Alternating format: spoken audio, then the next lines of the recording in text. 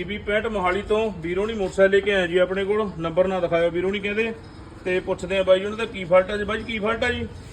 ਬਾਈ ਜੀ ਆਵਾਜ਼ ਆਈ ਜਾਂਦੀ 1.5 ਸਾਲ ਹੋ ਗਿਆ ਲੈ ਇਹਨੂੰ। ਅੱਛਾ ਦੁਬਾਰਾ ਰੀਸਟੋਰ ਕਰਾਇਆ ਸੀਗਾ ਸਾਰਾ। ਠੀਕ ਹੈ ਜੀ।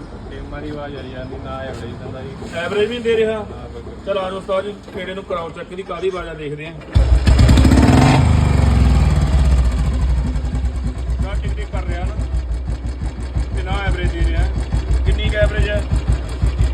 25-30 ਦੀ ਐਵਰੇਜ ਦੇ ਰਿਹਾ ਹੈ। ਚਲੋ ਕੋਈ ਇਹਨਾਂ ਨੂੰ ਖੋਲਦੇ ਆ ਤੇ ਨਾਲ ਦੇ ਨਾਲ ਚੈੱਕ ਕਰਵਾਉਂਦੇ ਆ ਕੀ ਫਾਲਟ ਹੈ ਇਹਦੇ 'ਚ। ਕਰੋ ਚੈੱਕ। ਖੋਲਿਆ ਮੋਟਰਸਾਈਕਲ, ਦੇਖ ਸਕਦੇ ਹੋ ਨਾ ਵੀਡੀਓ 'ਚ, ਮਤਲਬ ਕੀਮਾਂ ਬਹੁਤ ਜ਼ਿਆਦਾ ਕੱਟੀਆਂ ਹੋਈਆਂ ਨੇ ਦੋਵੇਂ, ਹਨਾ।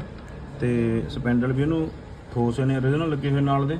ਤੇ ਵੀਰ ਉਹਨਾਂ ਨਾਲ ਕਰ ਲਈਏ ਗੱਲ ਕਿ ਇਹਦੇ ਸਪੈਂਡਲ ਪੈਣਗੇ ਤੇ ਕੀਮਾ ਪੈਣਗੇ ਤੇ ਬਾਡੀ ਵਾਲ ਪੈਣਗੇ। ਜੇ ਕੀਮਾ ਦਾ ਸਰ ਗਿਆ ਤਾਂ ਸਰ ਜੂਗਾ।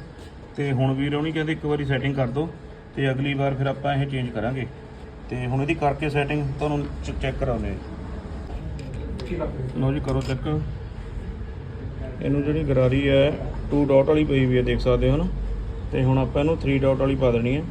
ਇਹਦੇ ਮੁਕਾਬਲੇ ਇਹ ਥੋੜੀ ਜਿਹੀ ਵੱਡੀ ਹੁੰਦੀ ਹੈ ਤਾਂ ਕਿ ਕੀਮਾ ਦੀ ਬ੍ਰੇਕ ਚੱਕੀ ਜਾਵੇ।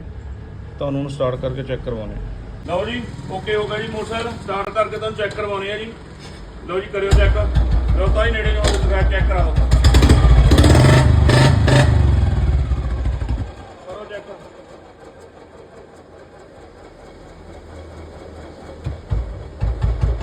ਹਾਂਜੀ ਡਨ ਹੈ। ਹਾਂਜੀ ਕੀ ਕਰਿਆ ਆਪਾਂ ਨੇ ਜੀ?